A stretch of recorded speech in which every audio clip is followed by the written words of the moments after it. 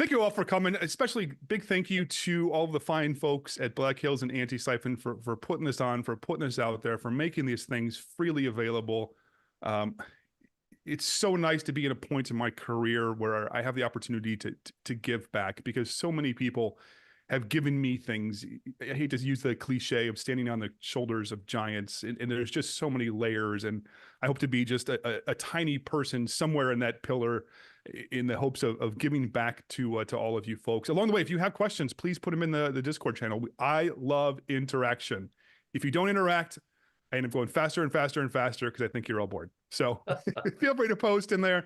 We got Daniel here to keep this live, keep this interesting. So let's get. It's funny about the live chat. I was doing a live stream not too long ago, and I noticed that the chat wasn't moving. I thought everything had froze up, and everybody was like, "No, we're just listening intently." So, okay, well, that's good. Good problem, right? Yeah, it was a good problem. Yeah, so quick intro of myself, Tim Medin, founder and CEO of Red Siege Information Security. In the former life, I did some training at another big, expensive organization. Now we're doing a bunch of stuff with Antisyphon and Black Hills, and they're great groups of individuals. I like the accessibility of it, and of course, it's a much better price point.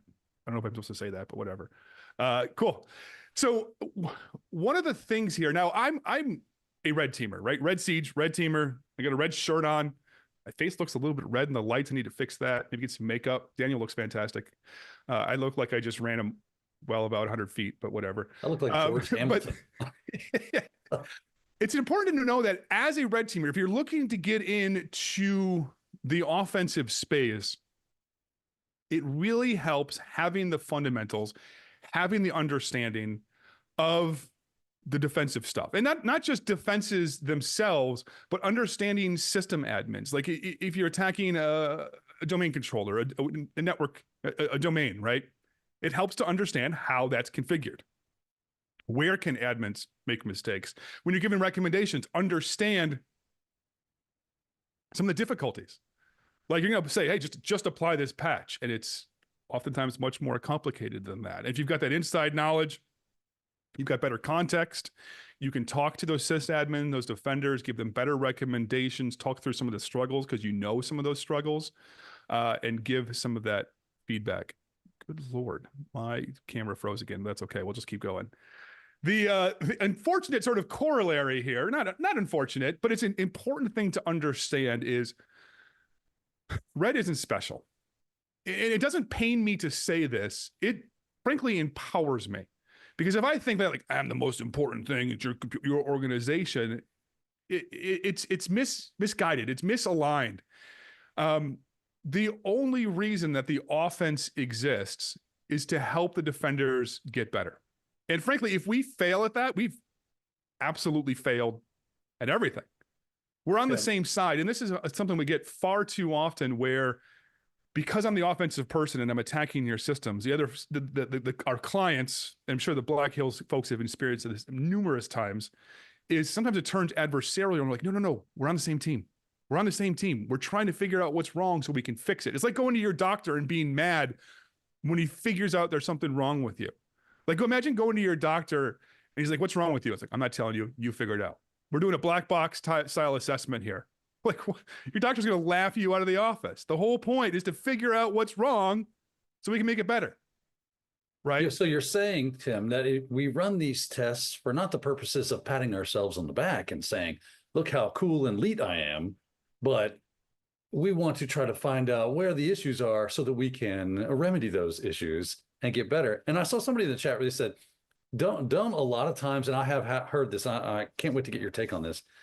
A lot of times when someone's been in that blue team for a long time and they've been working those defenses and they've been getting their butt kicked from time to time, because that's what does happen over on the blue team, because they got so much that they have to try to look after and curate and watch over and make sure it's tuned just right.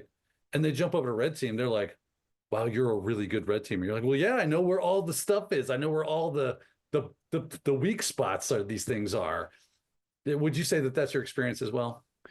Absolutely, 100%. Like the more that we can work together, the better, and work together effectively without judgment, without the freely being able to communicate. Because if I say, hey, something's wrong, and if you're scared that, oh no, people are going to find out we made a mistake, Yeah, well, we all make mistakes, and hopefully we fix this. And I see in the chat here people mentioning the purple team.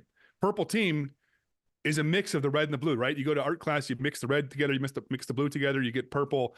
That is a very integrated back and forth with the offense and the defense. Because as an offensive person, don't understand the context of all these systems.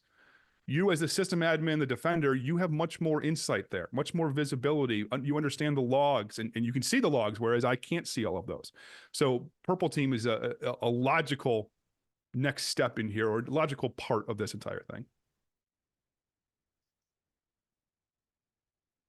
I do love the purple team. I think that's been a phenomenal, thing that has come within the last few years to really see that start to mature and become something that's a part of Yes. a lot more groups than we've seen in the past. And just that, hey, let's build something. Let's try to defend it. Let's test those defenses, see where it broke down. All right, let's go back and fix some of that. All right, let's try that again. Yay, we passed that test this time. Now let's move on. Let's kick the can down the road a little farther.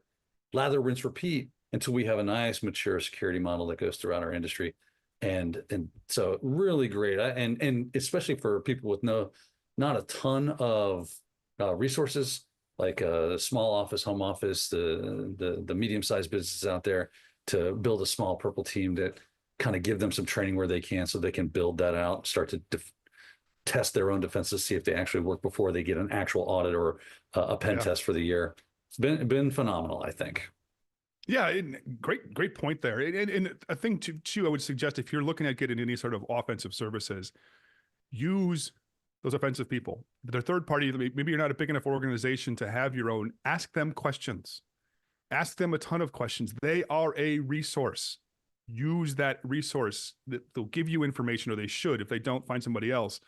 But the whole goal here is to make things better and better. And we've seen, unfortunately, many moons ago, where you would see this at conferences, where as offensive people, we would come up with a new cool hack, trick, tip, whatever it was, and just mic drop and leave the stage. Like, what are defenders supposed to do about it? It's like, not my problem. But we kicked their butt. And you're like, well, that's so? Like, did you make the world a better place on the way out? Not really. Yeah. Change of mindset, right? It's a culture thing. I think that once we shift the culture into being more of the, hey, we're not against each other, we just playing parts on a team. Hey, I'm going to test that for you. You let me know if you detect it. If you didn't, we got a problem. We need to figure out why that happened and where these vulnerabilities came from and why that, and let's create some procedure. That's what it's all about, moving that can down the road as far as we possibly can. So offense for defense, I do love that. Where do we go next, Tim? What's the next idea that you got for us? Let's talk about one of my favorite topics, and everybody's favorite or least favorite, depending on which side you're on: passwords and how bad they suck, right? Like, passwords, unfortunately, they're the predominant way to get into networks today. I mean, I rebooted right before this thing and my camera's freaking out. And it's not doing it doesn't freeze when I'm in like a great pose. It freezes when it looks like someone has just kicked me in a sensitive spot, whatever. So passwords are a pain in the butt. Now, for the attackers love passwords, right? And we see time and time again, like, let's say I go to LinkedIn, I create an account. LinkedIn was breached, I think, in 2020, 2019, one of the two, somewhere around there, maybe 2021, somewhere around that time frame. And this isn't specific to LinkedIn, but they're breached. Bad guys get, of course, the email address, they get the password associated with it, and they start to use that username and password combination all over the place. Does it work all the time? Absolutely not. Does it work enough to be effective? Absolutely. In fact, I would bet that 99.999% of the time, when you have a family member who has their Netflix hacked, giant air quotes, it's because they use the same crappy password all over the place. And so many with so many of the other services where it's hacked and it's just, oh, I use the same secure password. And you're like, well, it's not really that. But credential stuffing can be tremendously useful for us. So it's always important, use those unique passwords. Daniel, any comments, thoughts? Yeah, passwords are an interesting thing, as someone who's, we does the training for, how do we set a good password? Why is passwords a problem? It's still a problem, and it's going to continue to be a problem because we really haven't come up with a better solution, right? The best thing we can do is obviously we have passwords plus some sort of multi-factor thing, but I don't typically hate, for me, I don't really hate passwords. It's kind of like, remember back in the 80s when no one knew how to program their VCR? It was always blinking 12, right? It was a simple device. Everybody had one. Everybody had that thing sitting on top of their TV blinking. But if you ever pulled out the user guide and figured out how to make it actually put the time on, then you could schedule when you were going to record something when you were at work or whatever. It was mind blowing. This was so like life changing technology. You can get pretty good with passwords as long as right, you don't fall in the trap of when you Google top 10 passwords for 2024. Oh God. It will shock you if you haven't never done that before. You will be like, no, this isn't real. This is absolutely not real. No one is using 1 2 3 4 5 6 as their password. Ah, bro, that's top 10. That's what is being used. Password and variations thereof. Mostly it's those two things in some variant. Maybe year and season kind of thing going on. Really ridiculous. Yep. And it's because to me the passwords aren't the problem. It's that we're not doing a good job of really changing the culture on what we should be learning and knowing about. Passwords are so important. They protect your stuff so much that we need a good way to do it. I thought password managers was a great step forward in that. MFA obviously is another great step forward. When you start to bring things in and you start to learn how to create a good password, then I feel like it can't, it's not that big of a problem. We're just always going to have those stragglers out there that are slow to catch up. That's my take on passwords. We just got to do better. Yeah. Someone mentioned in the Slack, or the Discord rather, passkeys. Passkeys are great too. My biggest worry with passkeys is maintaining those. I'm not convinced that there's great ways to copy that from device to device when they upgrade phones. I put mine in a password manager. I think it's a great solution. I just don't have that data yet. Go back to the credential stuffing thing. Like I mentioned earlier, I took some classes. I went back for some business school, and rather prestigious school was always my dream. I hate to say it because you guys are going to give me crap, as you should. But I went back to school, and they at Harvard, and they're like, hey, does anybody want to do a 15-minute talk on what they do? And I did a talk on passwords, or sorry, security. I had 15 minutes, cranked this thing out, talked super fast, and I talked about password don't reusing. I can see them. They're like, oh, we get this crap at work. And then on the next screen, what I had done is I grabbed every single person's email address, done a dark web search, found the passwords, and put them all. And I'm like, yeah, here's why you don't want to do this. And just put it to the next slide. And I just kept talking. And the collective air sucking out of the room. One lady was like, oh my God, and then you realized she was just telling the whole classroom that her password was on the screen, but that's okay because 75% of the rest of the people had their password on the screen. And it's just a great demonstration. And I've done a similar thing. I've done talks for other organizations. And I'm like, look, here's a bunch of your passwords. I did another one for a company in Portugal, and we were doing it over Zoom. And I saw a bunch of cameras like dark. They just all went off. So I always pick those good passwords, right? So it's important here for you, if you're a defender and you want to test some of these things, crack your own passwords. Go to the domain controller, get those passwords, look for things like season and year, look for things like password one, your company followed by a number. If you can subscribe to some of the lists out there, look for some of those passwords, but get those things out of your environment because that's what the bad guys are going to be trying to use. Tim, and somebody posted like, yeah, well, you need a number. Cool. Let's add one. We need a special character. What's the special character? Bang. Right. Go ahead, Daniel. Yeah, I was going to ask you, what's your thoughts on, and if you have any, on using a service like Have I Been Pwned to make sure that your passwords are not in a known breach? Yeah, those are great. There's a lot of different services. Have I Been Pwned is the most famous of those. But looking for breach passwords for your organization. And sometimes those notifications are really, really old and the password it doesn't match there. But knowing and being able to try and be like, let's try this password here real quick just to confirm it doesn't actually work. And if it does, of course, very quickly change it, talk to the user, maybe try to figure out how it was compromised, talk to them about not reusing passwords, and of course, use a password manager if you can. Now, Tim, I've worked in the industry, right? And there was a time when I was in charge of setting password policy for a large organization. And we were pretty strict. Like you weren't allowed to use anything that had the business name in it or even the cities that we were in, football teams, other sports teams, things that were popular around the area. We put that on the naughty list, and you could not utilize any of that stuff. Couldn't reuse passwords that were more than 2 years old. Like, yeah, they had to be 2 years old or more. We put a very stringent password policy. That said, that was us, and a lot of people don't do that. And I feel like a lot of IT admins, sysadmins that are out there that are in charge of setting their password policy in their Active Directory and doing all that, they probably want to set stronger password guidelines, but they're not able to. Why do we see that? Why is that still a problem that in 2025 where they're not making it hard enough for passwords to get cracked? Yeah, I mean, part of the problem is traditionally with just on-prem is there wasn't a built-in mechanism to ban some of those passwords. It just didn't exist. So there was no good way to do that. Thankfully, with the cloud and Entra, you can put some of those bad password things in there. The hard part from a user perspective, when they select a password, now it becomes almost a puzzle.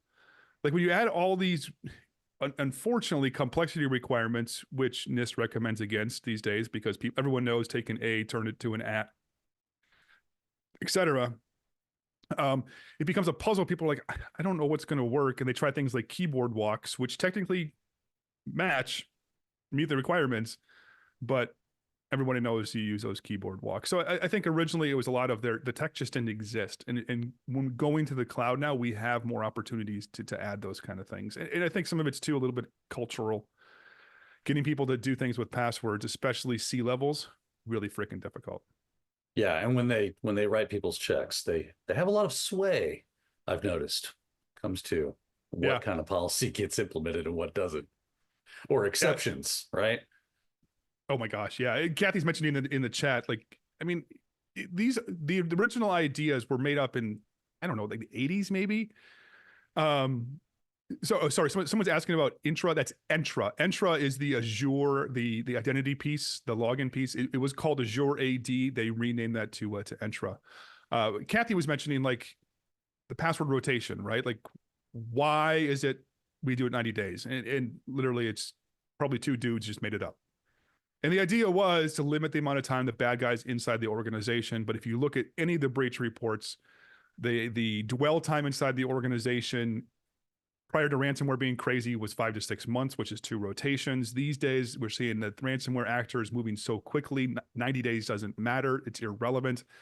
And it forces people to weaker and weaker passwords, right? Where they're adding the 1 at the end, they're incrementing the number at the end, stuff like that, right? So What do you think about password managers like Bitwarden? And I know LastPass has had their sordid history, but they do have password generators.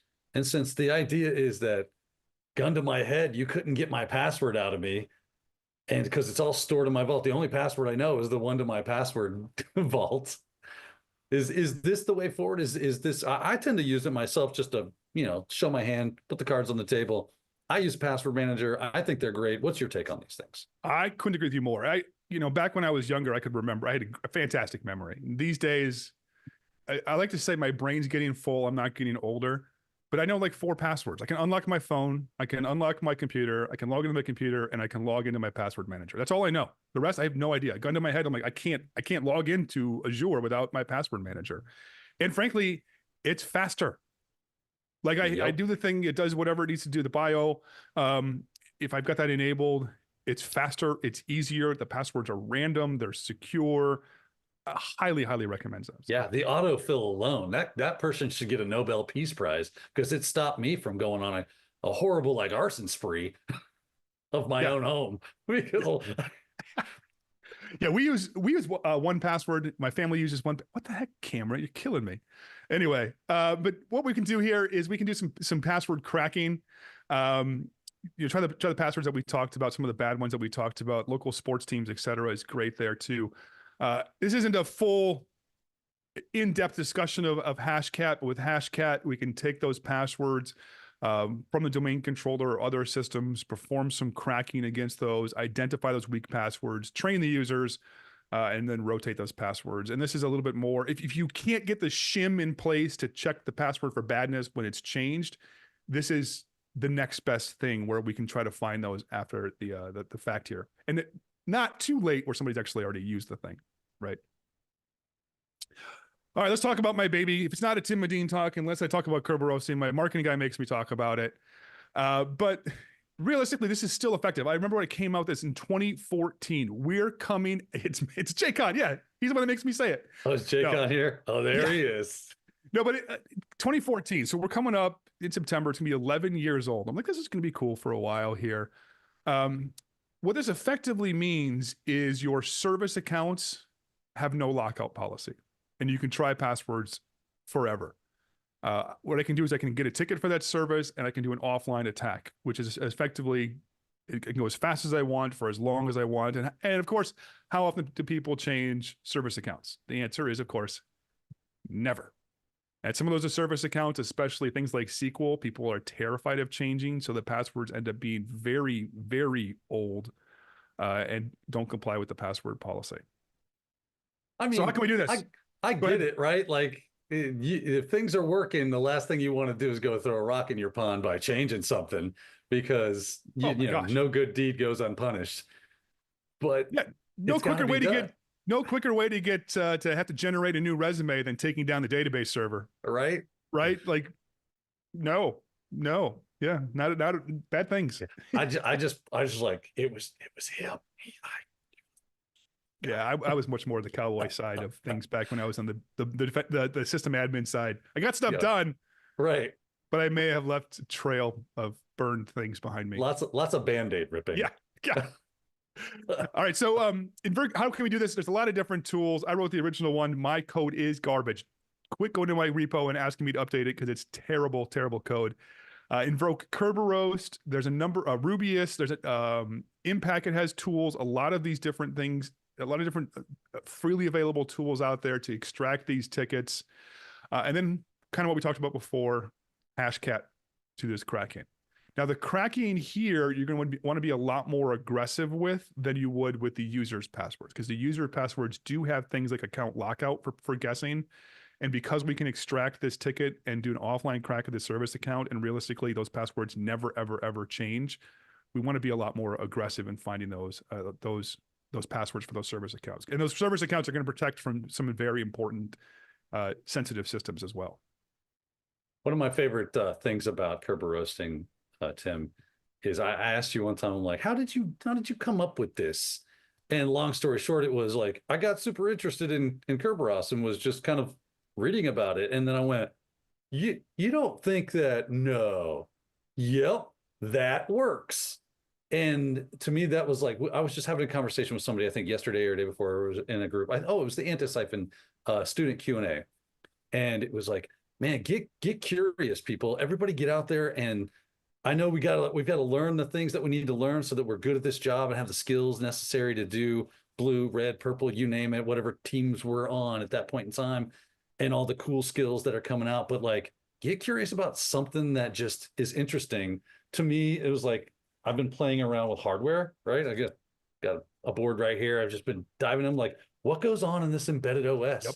And it's that curiosity that's going to lead you to something new, that's going to make you go, hey, you don't think, and you're going to have that Tim Medin moment, and you could invent the next Kerberoasting. You could, and it all comes from that, just like, I'm going to hook into this and I'm going to spend some time on something. So please do not be afraid to do that, because that's going to bring out the next level security things that we're going to be doing for the next 14 years. Yeah, I can't stress it wasn't cool. It wasn't, I mean, it is cool, but I mean, like the story isn't necessarily cool. It was literally some friends that I had met over the years at conferences and then folks I had worked with that talked about that community thing. Super important, but literally us discussing like, hey, how does this work? And I'm like, I think this is it. And just ended up digging into it. And it came out on the other side with something that worked really cool, but it wasn't terribly difficult per se. I mean, it's all over the place. The good guys are using it. I remember being excited when I saw the bad guys use it, and then I felt bad about that. But just find that thing that's interesting, dig into that. I've got plenty of things that I've dug into. Nothing came out the other side, but I did get learning out of it. It's the famous saying from Edison when he was trying to do the light bulb. They gave him crap about trying to build a light bulb. He's like, man, you've got 500 failures. He's like, no, I've got 500 ways it won't work. I'm getting closer to the answer. And he answered with, I didn't fail. I learned 100 ways how not to build a light bulb. Yeah, right? okay. I didn't fail. Right. He didn't. He learned. Failing, he would have failed if he would have stopped. That would have been a failure. If he'd have said, I guess this can't be done. I'm just going to throw my hands in the air and say, oh, well. But he didn't. He kept going and he figured it out. Yep. Yeah. And if don't be afraid of, I hate even using the word failure. It's part of success. It's not the opposite. It is part of it. Like, look at a kid learning to walk. They will fall on their face a bunch. And if they stop the first time, like, well, you're able to walk and you made a choice not to because the first time you didn't do well. No, you have to, so you can learn these things. I love the quote here from Strand in the Slack: fail more, fail creatively. Absolutely. Could not agree with that more. It is part of that process. Exactly. All right, so let's talk a little bit. Some of you mentioned in the Slack here about MFA, multi-factor authentication. Is that the answer? It can be. Does it make things better? Yeah, because if someone gets the password, they now need a second factor. But unfortunately, there's going to be some systems where that just simply won't work. You got a Linux system, some sort of vendor system where it just doesn't work. We can use, if you'll notice here, we talked to Bo in the beginning, and I've got a shout out here to Bo's repo on MFA sweep. Look around the environment, figure out what doesn't have it. There's also might be some accounts where that's not enabled, C levels. Or it was set up for testing and it never got switched back, or a user lost their MFA and they turned it off so they could log in and get their MFA and then never re-enabled that. So always important to like, yeah, we got MFA, we're safe, cool, but where's it not being used? Where are we missing? You think that eventually FIDO tokens in some, like a hardware token, is going to be adopted wide scale, and that's going to be our white knight, our savior from the sky? I'm so torn on that because I was a very late adopter on that. And I think it biases me to some degree. I think those are absolutely fantastic. The hardest piece, I think it's good from a corporate enterprise perspective. It's gonna be a little bit harder to get like my dad to use that to log into I can't get him to log in the first place, but to use that kind of a token to log into some sort of service. I think they're fantastic. It's just, it is a little bit harder. Now it's easy to use, super easy to use. It just means I have to carry this thing, and I definitely don't want to lose the thing, right? Yeah, I saw one company was making a FIDO2 compliant ring. So it's like, oh, it makes it easy. You just put the ring on and you wear the ring every day, and you don't have to worry about not having it with you. And I thought, well, that's a novel approach to it. That could be a definite way to go. Some people don't really like wearing jewelry. Ultimately, at the end of the day, you got to figure out, maybe we make not just a ring, but there's necklaces and Afghan, we can have all sorts of accessories that are FIDO2 compliant. So whatever your style may be, we have the FIDO for you. So maybe that's where it's going to go in the future. But I definitely applauded them for trying to outthink the problem. Because yeah, that's the thing. It was like, how do you get grandpa? How do you get that boomer out there that goes, you can't make me put this. I'm not carrying this thing around. My dad used to tell me, he's like, why do they make this so difficult to log into? I go, because security hard. And if we don't do this, then you might as well just give all your stuff to the hackers. Like, that's just what's up. Yeah, the hard thing there is we're making it harder for users, make it harder for the attackers too, which is very important. Which then means users sometimes do smart things in quotes here and reuse the same password. Right, things along those lines. I saw a question in the chat that scrolled by real quick. How often are we getting accounts, service accounts with Kerberoasting? I'll give you the short answer. It still works today.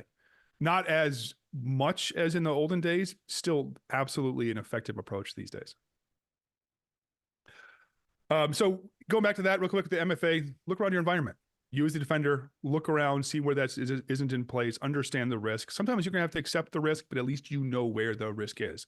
And you can put additional mitigations, better monitoring on logins, successful logins to that system, firewall it off, maybe, et cetera. Another great tool Bloodhound. I remember when this first came out, I was like, oh, cool. My job is done here. Like, I will no longer exist. I have literally been replaced by a shell script. What Bloodhound does is it gathers information from Active Directory about groups, group memberships. Until recently, you could also get information about who was logged into systems, and there's still ways to get that to some degree. And it builds an attack map of, you've compromised this, how can you get to important stuff, domain admins, database servers, other critical systems here. As a defender, you don't have to hire the expensive third-party consultants. You can do this yourself. You can do this yourself, right? So you need an ingester. There's a number of different ingesters available. There's Python, there's PowerShell, there's some C# where we can take this. We can also use AD Explorer from Microsoft sysinternals, extract this information, bring it into Bloodhound, build that attack path.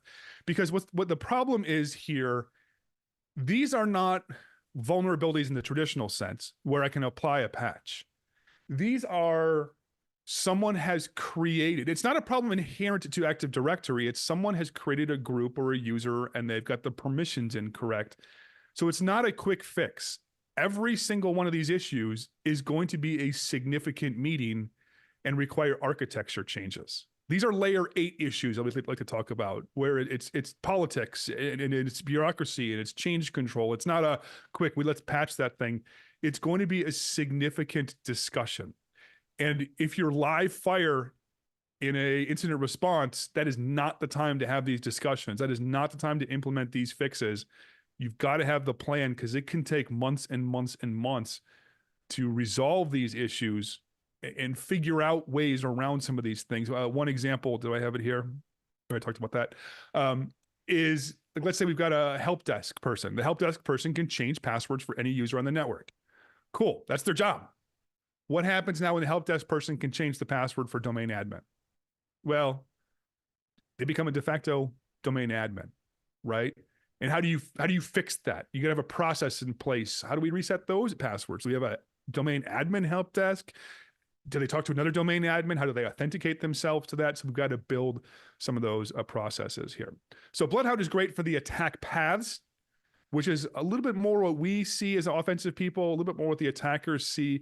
Another great tool is called Ping Castle. What Ping Castle does is the same, not the attack paths, but it will score your AD environment and help you with that. There's also Trimarch's Vision product that does this. I saw somebody mention Purple Knight. I'm not familiar with that one. I haven't used that. But Trimarch's Vision is a great one. Talk to those fine folks. They do the best AD auditing out there in my mind. Sharing is caring, folks. Yeah, except when it isn't. You know what I'm going to do? I have a GitHub repo with a bunch of AD security stuff, and a lot of the stuff that we're talking about is in that repo, plus a ton of other tools. So I'm going to drop that link in here real quick. I could get logged into GitHub, but let me grab that for you. Cool. Yeah, check that in there. JR asked in the Slack what the tools I just mentioned. I mentioned Bloodhound. Bloodhound is put out by the folks at SpecterOps. Ping Castle is on the screen here. Trimarch, that's TRIMARC, Vision is another one. Somebody mentioned Purple Knight. I'm not familiar with that there. Cool. Yeah, so Daniel's going to share some great information. Check out the Discord channel for this information. If you're watching this a little bit later, come in, ask the questions in their Discord channel. I'm sure someone can help you out there too. File shares. It's in the name. They are. We're supposed to share stuff. I like sharing, Tim. I do. What kind of have you seen the weird stuff floating around in file shares, Daniel? Oh, man, have you seen that meme of? I think it's Matthew McConaughey, and he's like got the 1,000-yard stare, and he's smoking a cigarette, and he's like, he was the Tor browser. He's like, I've seen some things. I'm like, yeah, I've seen. Yeah. Me and you, we came from back when the internet was the dark web, right? And it was crazy. You know, what was it, gore.com and all these other crazy stuff that used to be just prolific. And now it's like a business thing. But so, yeah, I've seen nuts stuff. I've seen a few file shares. I've gotten a few of those those snap, what were they called, like grab files or whatever they were. They got a little crazy. I do know that people like to share, and it can get interesting.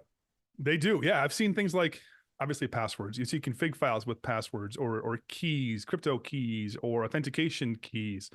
I've seen it literally out of public share accessible to everybody, the backup for the domain controller. So you pull that down, you can extract keys from there. You got access to everything. PHI, PII, the sensitive information here. It doesn't have to be all of the PII, the PHI. It can be a little bit. I was doing a pen test a number of years ago for an organization where you had to have, I think it was like 10 or $20 million to knock on their door. And those were the broke people. Like the people with hundreds of millions of dollars are like, oh, you only have one jet. I have a helicopter to get to my jet, to take me to my other jet, to take me to my yacht, right?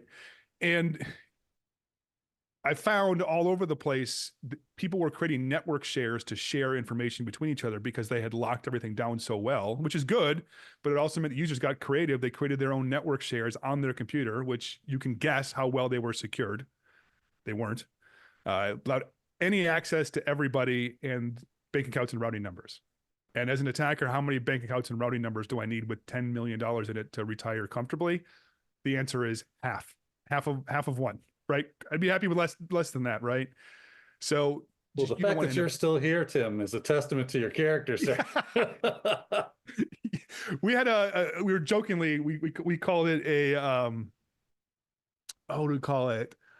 We had some short name for it, but an extradition, like we called it no extradition. Like if we found something that was so big, we're calling no X. It means we find a country with no extradition policy. And we found it was for a company, and we had bank account and routing numbers for like giant organizations where if they lost $1 million from, they'd be like, it's a rounding error. We wouldn't even notice. Yeah. Right.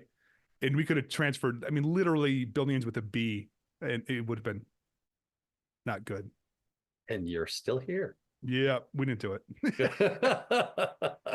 So what can we do? How can we find those shares? There's great tools. One of them is PowerView. PowerView has this name is terrible. Find interesting domain share file, and it's going to look for file shares across the environment. Look through those files. Look for things, passwords, config files, VMDK files. You can configure this. Another great tool is Snaffler. I like Snaffler a little bit better. Same sort of thing. Gives you this great output that you can sift through. And again, the hard part here is we've set up these shares. We want people to share stuff. We might need to change permissions on that to lock some of these down, and that becomes a layer 8 issue, right?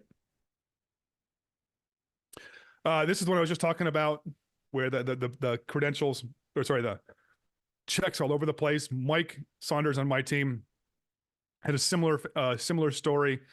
Here's his blog post.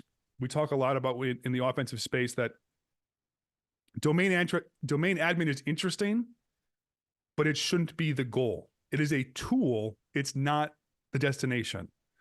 Because like, think about that company where I was finding bank accounts and routing numbers all over the place. I didn't need to pivot. I didn't need to escalate. It was all there for the taking. So always remember, if you're doing that kind of thing, both in offensive and defensive space, focus what's important.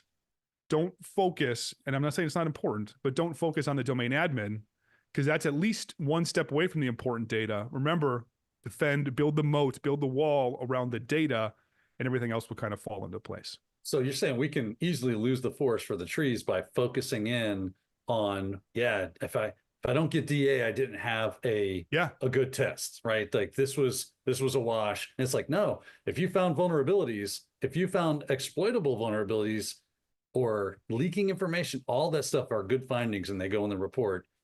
Find as much as you can, because time is limited, resources are limited.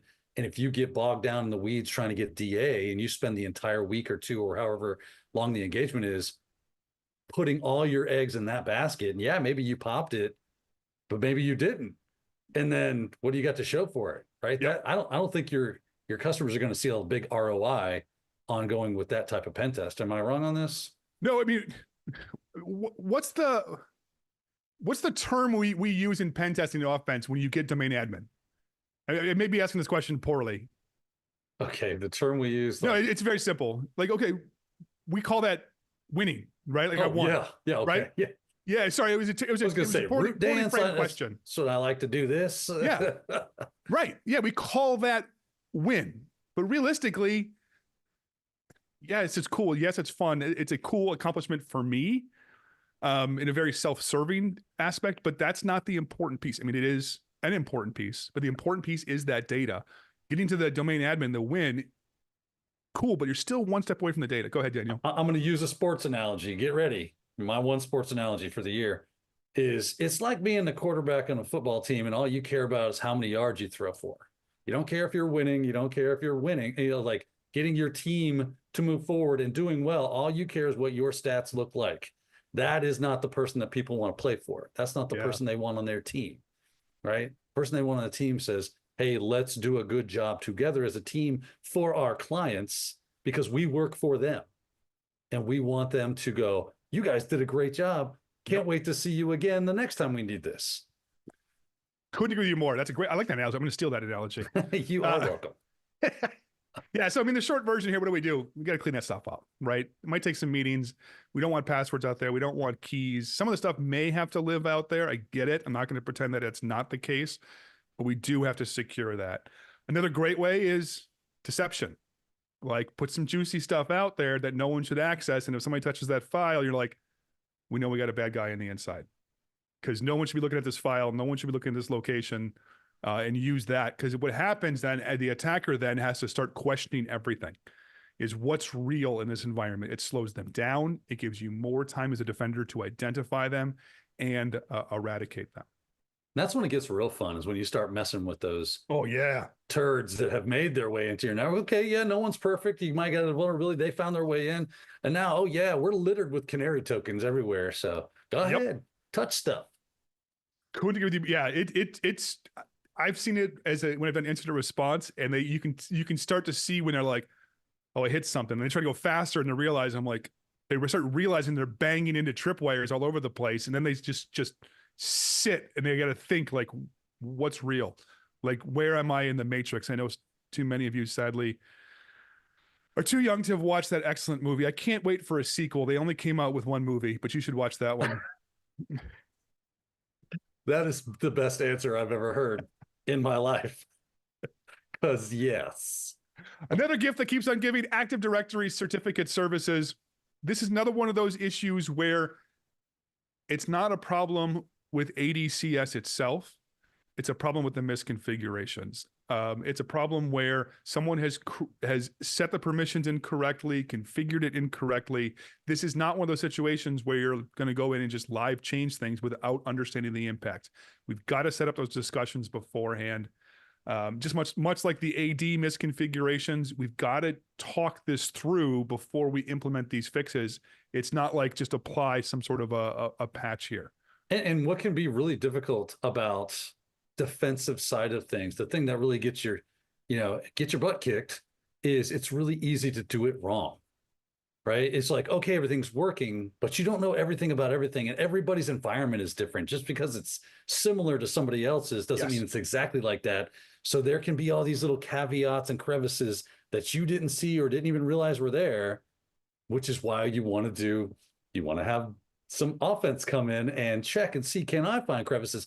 How many? It's like coding, right? You're writing a script, you're writing a whatever, and it's not working, it's not running. You're getting an error. You're like, what the hell is wrong with this? And so your buddy walks up behind and looks over your shoulder and goes, you forgot the semicolon right there. And you're like, motherless son of a, like, I've been staring at this for 6 hours and it's not working. And you looked at it for 2 seconds and it makes you feel horrible, but then you get to move past it.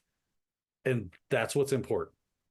Yeah, and along those same lines, like when you're setting up a system, you keep working on it until it works, and that's what I assume has happened with these admins with ADCS, is they keep clicking until the damn thing works, and they're like, cool, it works, but until like the Spectre Ops folks came out with their certified pre-owned paper, we didn't know these issues existed. We didn't know to look for them. And of course, we didn't know to handle or mitigate these. Like when I first saw this, I'm like, no one's going to have misconfigurations that allow anybody to change a template. That just doesn't make sense. And then we start using this in our pen test, and you're like, okay, it's like 1 in 3, or one of the other ESCs, and you're like, I mean, there's literally for a year between ESC 1, ESC 4, 3. It was like 33%, like a third of the organizations had this, which essentially allows you to auto get to domain admin. Well, the good news is ADCS is super easy to implement and deploy. Yeah. I'm sure that those people just didn't do it right. Oh my gosh, that's a true statement. Good news is a lot of great tools out there to identify these issues. So we've got CertaPy, which is the original. No, Certify was the original from the SpectreOps folks. There's CertaPy, the Python version. Certi is another version.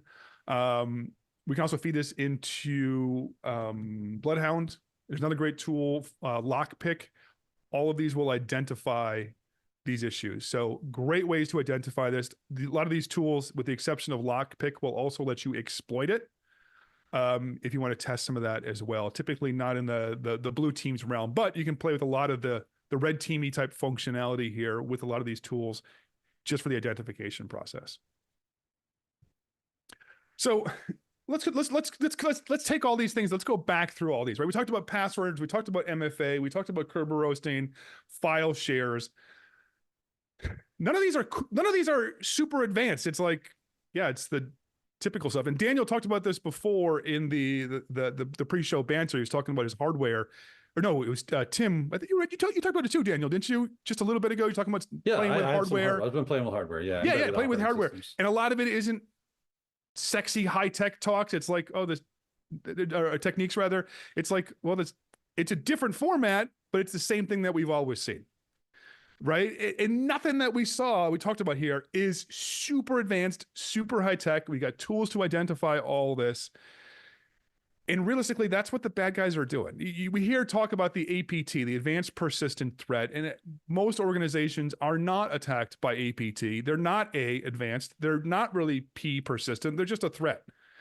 And they come, years after a vulnerability. If you look at the CISA and NSA stats on the most commonly exploited vulnerabilities, they're all ones where patches have been out for a while. Many of them over a year, some of them up to 5 years. The Exchange bug is still up there as one of the most commonly exploited vulnerabilities.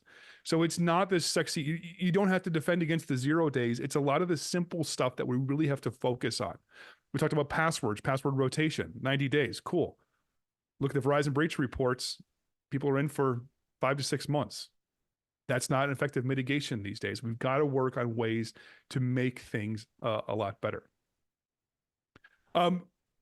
Prevention is cool. Ideal fact, right? Like, let's keep the bad guys out. Let's never let them get into our organization. That is at best half of the story. Because the other half is, can we detect them when they're in? Especially if we go back to the previous point here. Look, they're in for a long time. When those ransomware actors get in, that time window is getting shorter and shorter and shorter before they take the entire organization offline. And the bad guys are going to get in at some point. The question is, what do we do after? Can we slow them down? We talked about some of the honey tokens and stuff, the deception. Can we detect them? Can we respond to that along the way as well? Daniel, you got any thoughts on some of this? No, I just love the idea of like it really seems like we live in a world where there is a much greater than 0 probability that you will get popped at some point at some time, right? So now you got to start thinking in a different way. Instead of, I'm going to stop all the hackers, not that you should, or if somebody got on me for using the word hackers, threat actors. Someone, I'm going to stop all the threat actors, all the APT. I'm never going to get hit by ransomware because I got this, and this, and they're never getting past my defenses. You have to assume that one day that's going to happen. And it's all about going, okay, we still build those fences and we still make them as strong as possible, but we have to be doing stuff for detection, deception. We have to burn them as far as their time and their resources go, send them on as many wild goose chases as we can, because the slower we make them, the more likely it is that we will get to detect. And if we can detect before they get to do something stupid that we don't like, then we're ahead of the game. That's what makes you a killer in the space, to say, Cool. Come at me, bro. Yeah, you might find your way in, but all of a sudden you go, oh, this is Pan's Labyrinth here. I don't know. Yeah. And now the clock is ticking. I think it was Dave Kennedy one time. He said that once you make your way into a network, the roles have reversed, right? You're no longer on the red team, you're on the blue team because you're you're trying to defend what you've got. And they are constantly out there looking for you. Now, if you haven't set up those defenses, that's on you, right? But we got to make that shift, that paradigm shift in. It's not just about defense, putting up those fences that stop those things. It's just as much about detection and that wasting their time so that we can detect even better. Yeah, I got nothing to add there. That was awesome. Yeah, no, 100%. Can't agree with you more on that. We're all in this together in offense, defense against the real bad guys. And what can we do to stop them? Ideal, detect them, slow them down, right? All of that goes to a well-balanced breakfast. I like it. I like it. Yeah. As part of this like nutritious, when we were kids, we'd watch the cartoons and they have a well-balanced breakfast. It's like Captain Crunch and then fruit and a bunch of other healthy stuff. And you're you had an orange juice. Like a glass of orange juice is probably like 2,000 milligrams of sugar, right? Like humans could not consume enough oranges at one sitting to get a whole glass of orange juice. Like your insulin is spiked to the roof. Your kids are running around like their heads on fire, right? Because they're so pumped full of sugar. And then you add the Captain Crunch on top of that. Oh, there's probably some chocolate milk on that table for the commercial too. Yeah, it was heaven, wasn't it? It was pure heaven. It was very divine. Yeah. So we talked about this a little bit before too, especially when we talked about the Active Directory thing. And Daniel had the great analogy with football, with get the goal being yards instead of the goal being touchdowns and winning. And we got to think, what do the bad guys want? What are they trying to do inside our network? What are they trying to get to? Put the defenses around that, and the other things will fall into place around that. Can we get rid of data? A lot of organizations love hoarding data. They don't want to get rid of it. But you can't lose data you don't have. Get rid of it. It's hard. I know a lot of organizations are like, they're hoarders. Like once they have it. You ever see some like of these like HR and C-level accounting people's their inboxes for their Outlook? Are you kidding me? How do you have 18,000 things in your inbox that you haven't even touched them? They're sitting there. What is this? Why do you have a terabyte worth of data in your Outlook? I don't understand what we're doing here. My wife has like 12,000 unread emails. I don't get it. They drive me nuts for a whole different reason. For me, it's like, I'm like, I can't stand that. There's a number next to one of my boxes. One of my folders has a number next to it. We gotta, like, I apparently didn't read something. I gotta take care of it. Like it gives me hives. Oh yeah, there's two groups of people. There's the people that have badge numbers in the thousands all over their phone, and there's people with zero. I'm Camp Zero. But that said, I turned some of them off so it doesn't give me the badges. But yeah, I'm with you. Yeah, so this was fun. Yeah, well, we got more, Dan. We're not done yet. We're not even close. The man is not done. We're getting close. Camera decided to give up, though. Camera's done. There we go. So wrapping this all together, we can get better at blue at the defensive side by playing better with some of the red team type tools. We talked about the Invoke Kerberoasting. We talked about Hashcat. We talked about Bloodhound, Snaffler, a number of other tools in here that I'm not just going to go through all them because that's really freaking boring. But you can practice these offensive tools and make your job better and make a better defense for your organization. You don't have to hire the expensive third-party consultants. Hello, third-party consultants. But you can do this yourself. Do it before we show up. Make my job hard. John talks about this all the time. Our goal is to make it so that we're not needed anymore, which is a little bit scary because I don't know what else I would do. But that's the job, right? We're trying to make organizations better so that you don't have to use this. And frankly, hopefully, more importantly, keep the bad guys out. You think we'll ever get there, Tim? You know what? I'm on the side that I think we're going to get there. But I'm a little bit pessimistic. A lot of folks are like, no, we got plenty of time. We're going to be retired before that goes away. So I'm more on the side like, 10 years, maybe we finally sort of get there. But then I don't know. Who knows? Maybe it's that whole thing where the things that we're worried about today and the problems that we have that we're working on fixing and making more automated and making it a lower lift for the average user and admin out there to do. Maybe we will get there in 10 years, but by then a new crop of crap will pop up and we'll be like, oh, we got to fix this now. Because some new technology is right around the corner we haven't even conceived of. Like who saw LLMs coming?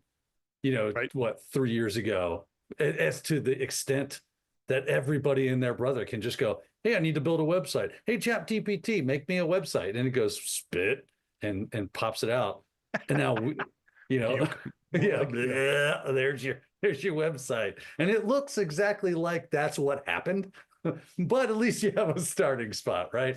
And we're being able to tool it up and use it inside of offensive and defensive security as well, using it as a tool to make things easier. And now we can kind of start focusing our gaze on things that are a little more complex.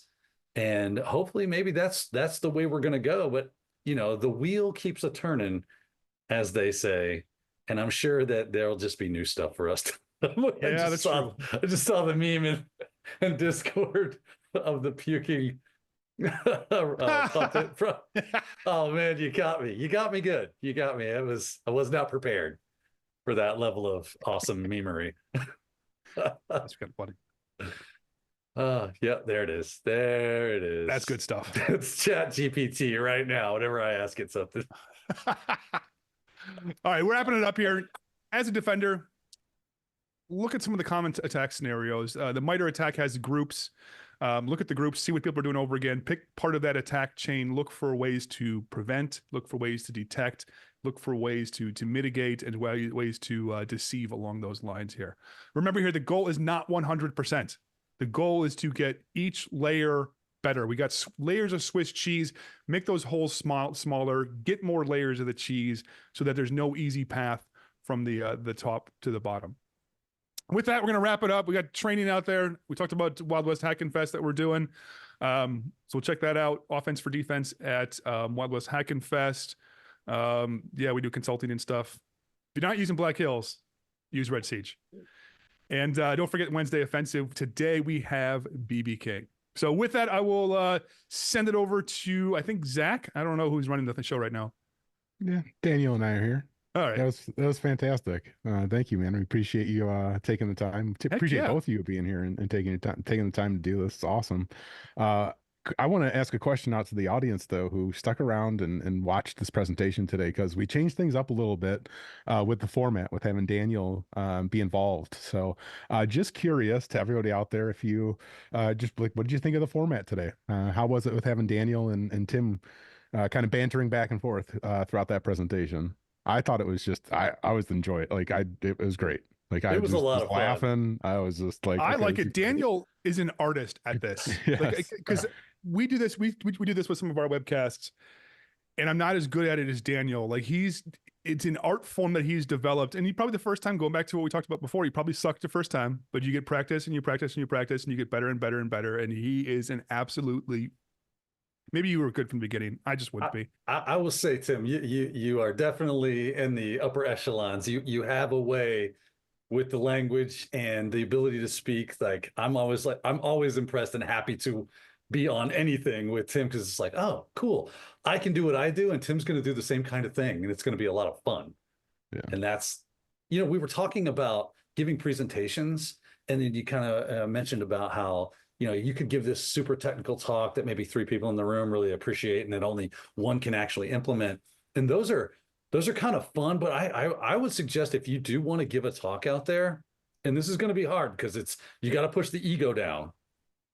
What you got to do is take that technical stuff that you really want to talk about and put that in a blog, do a YouTube video or something to that effect. And that way you can get that out of your system. If you're going to do a talk on a forum like this or on a stage somewhere, make it much more general and make it inspiring. One of the best talks I've ever heard was The Art of Code. If you've never seen that talk, go watch it.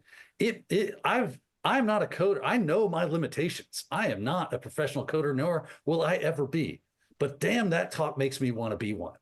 it makes me interested. It inspires me to go and learn more about that craft, even though I know I'm never going to reach that level.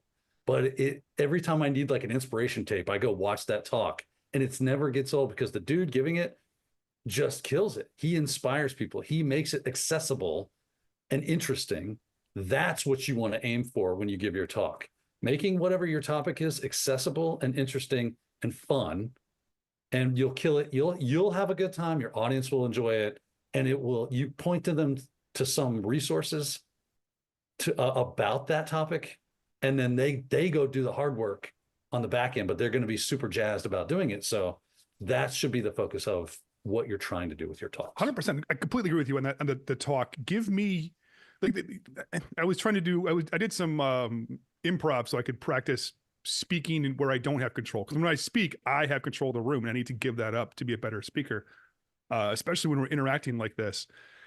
Sometimes it's hard, but as part of that, like we want to see you, right? When you're giving your talk, give me your perspective. Don't just go through the technical piece. Tell me like, hey, this is how I did this. This is why this was important to me. That's interesting. Show me your passion. And that's where that comes through instead of step. And frankly, that's the easy part, right? That's the easy part. You can feel time. Right. But yeah, pick the thing you're interested in. And it's never too basic. John Strand says this all the time. Like the most hits we get, and not trying to play the marketing guy, but the most hits we get for videos, blog posts are what might be considered quote unquote basic, because that's what people need. Sorry, and if you guys want more of Tim, because I've seen quite a few questions and comments here, like we need more Tim, or have Tim talk more about the Wednesday show, please. You guys are doing that at 1:30 Eastern, the Red Siege Wednesday offensive. So if you guys want more info, I'll get a link for you and put it in the chat. redsiege.com/wedoff. Every Wednesday, 1:30. We've got a very strict 30-minute time window. Yes, we have a Discord, redsiege.com/Discord. I hate promoting that in their Discord, even though they're super cool. There's a Wednesday offensive there linked as well. But every Wednesday, you don't have to come every single time, but it's a great discussion. Again, we've got BB King. I don't understand. You folks know how awesome BB is. Dude's awesome. I want to be BB when I grow up. Amazing. Yeah.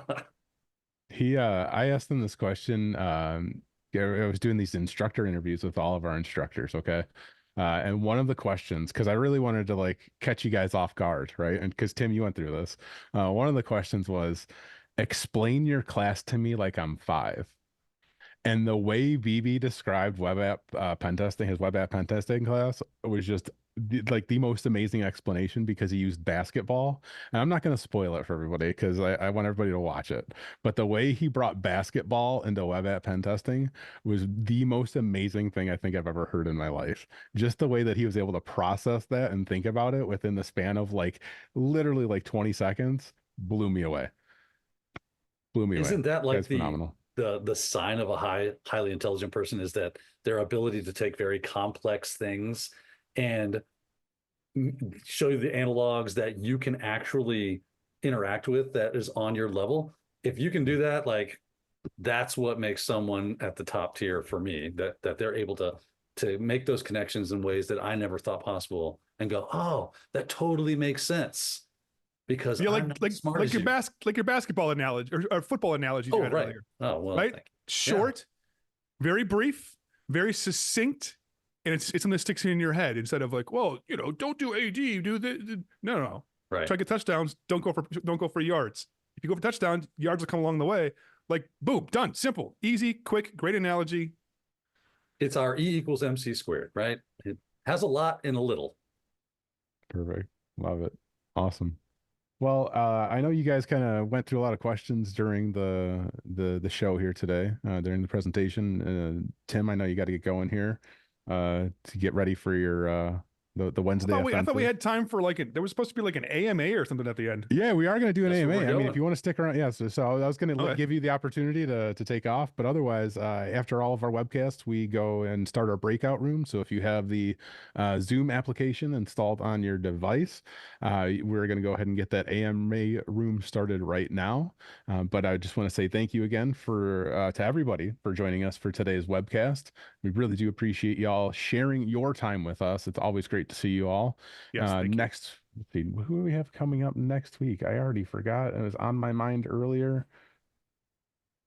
And if you ever want to know who we like who's coming up next week, you guys can just go to poweredbybhis.com and that'll show you.